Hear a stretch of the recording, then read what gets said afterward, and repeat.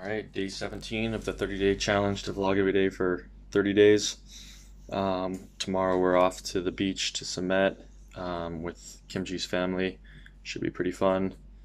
It's hot as heck in Bangkok, so the beach sounds pretty good. We'll just be there for a couple nights. Today it's already 10:30, so I'm slacking a little bit on making this video. But the topic today will just be a little bit on politics. I don't pay that much attention to politics, but I kind of think of politics as it's almost like a big psychology experiment because you get to see how people kind of manipulate people and how people share ideas and how people look up to leaders and stuff like that. And it's a pretty fascinating thing because politics is important in the world, and you can only do so much to influence it.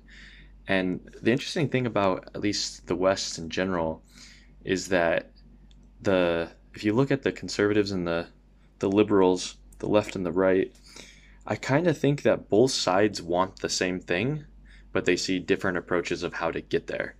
So like I would say in general, if you look at the conservatives and the liberals, basically they want society to prosper, they want to alleviate poverty, they want to basically have, you know, healthy, happy people doing the things in life they want to do. That's what both sides want, but they see the approach of maximizing that differently, right? So liberals tend to see it as more of the government's role to help the government should have a bigger place in society than the conservatives think. And the conservatives say the best way to do this is to basically create a free market, small government. The only way you can have people do things is to let them choose for themselves. You can't push it on them because then that takes away from your freedom, stuff like that. But it's interesting because I think as you go through life, you shift politically. I think when you're born, you take up what your parents are. You know, if both of your parents are conservative, you're almost guaranteed to be a conservative until you get into your early 20s, and then maybe you stay a conservative, or you meet people, or you discover a different way of living that switches you to become liberal. But it's an interesting thing because a lot of it comes down to like not only how you see things, but also like what you understand about society, and how it works. So I just finished reading Sam Walton's Made in America book and the Everything Store by about Jeff Bezos and Amazon. And these guys are, they've become incredibly rich in the Western society, and they basically say that, like Sam Walton said, him creating Walmart and all the wealth that Walmart's created for not only the investors but the employees and the associates, and then all the stuff it's done for the consumers. He said that like the overall good that's done for society and increasing all of these things that both sides want is greater than any sort of philanthropy he could ever do by giving away all of his money. And it's an interesting perspective because I would say in general the liberals would say that this guy became filthy rich. He has way more money than he needs to do with it. Even if he gave it all away, we shouldn't let people get that rich, or we should tax them because people need that money more than he does, which is true. But he would probably push back and say that like if we're looking at society as a whole and how do we make society prosper, he would say seemingly the free market and free market enterprise within reason with some regulation to prevent like monopolies and then people doing like companies just doing evil things to society. He would say that just like let the free market decide what to do, and less government basically would be better for society if you want to maximize the amount of people who are out of poverty and whatnot. And when you look at like the society right now in America, where you have a huge income inequality, and you have basically like a stagnant middle class where it's a tough problem to solve, but at the same time it's kind of an expected problem. Like if you look at the last 50, 60 years with technology, with all this technology coming into existence, it allows people to basically get rich very, very quickly. And that's one reason why you see this huge income inequality, because there are a lot of people who became very, very rich very, very quickly because technology has become so integral in our lives. You have people like the guy who created Dropbox. 1 year he's in MIT, and 3 years later he's IPOs for I don't know, $10 billion or whatever it is, or you have people like Zuckerberg, who, these kind of freak incidences. But it's insane the amount of wealth that these people accumulate through technology. There's the guy who runs Y Combinator in Silicon Valley, which basically it's like an incubator that funds startups to get these guys to innovate. He basically says that income inequality is typically a good sign because it means there's a huge amount of innovation happening.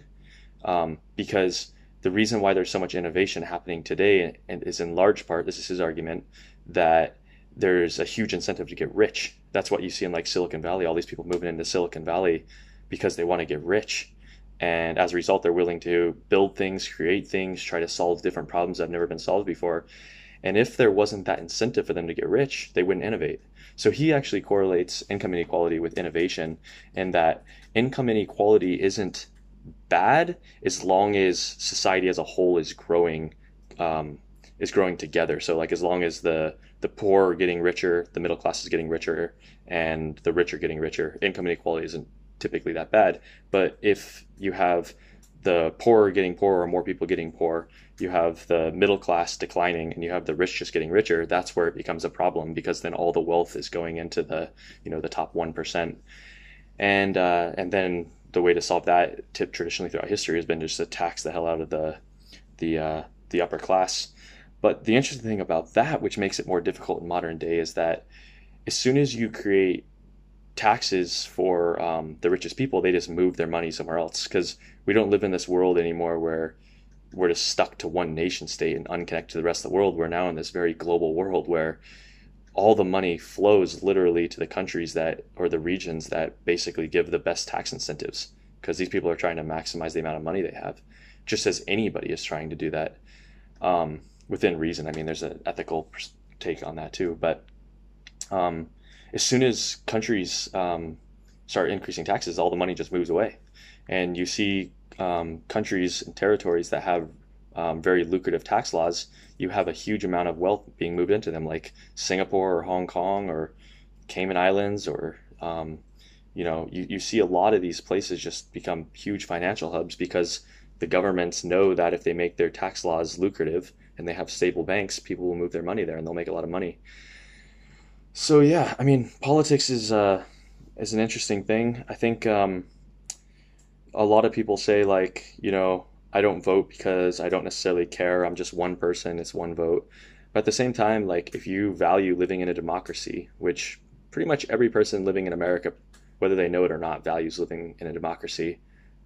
They wouldn't want to live in Bangladesh. They could go there and realize that's not what they want to do. A democracy only functions when people vote. So, like, if you don't vote but you say you don't care, you're basically not supporting a democracy, which has made you have the life that has enabled you to do the things in life you want to do, and you're not Bangladesh. So voting is incredibly important because it's really the only, at least in a democracy or republic, it's the only power it's one of the big powers that people have. And it actually matters because when we talk about the idea of the government is a separate entity, but it's just people. It's people that we elect. It's people that we choose to be in power to represent us.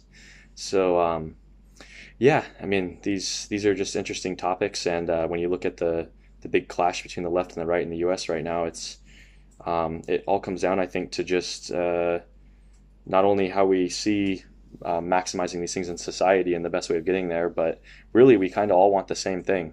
And it's important not to take life so seriously where you get so caught up into it that it ruins your relationships or actually ruins your well-being in life. I think it's important to put things into perspective and realize that, like, these are just ideas and ideologies that we have in our minds and stories that we tell ourselves. And all you can do is do the best you can within the framework and the society that you have. And truth be told, in the event you don't like what's going on, there's plenty of other places to live in the world that you can choose. That's the world we live in. You can go wherever you want and live wherever you want. So I'll leave it at that for now, and that will be it for day 17. See you all tomorrow.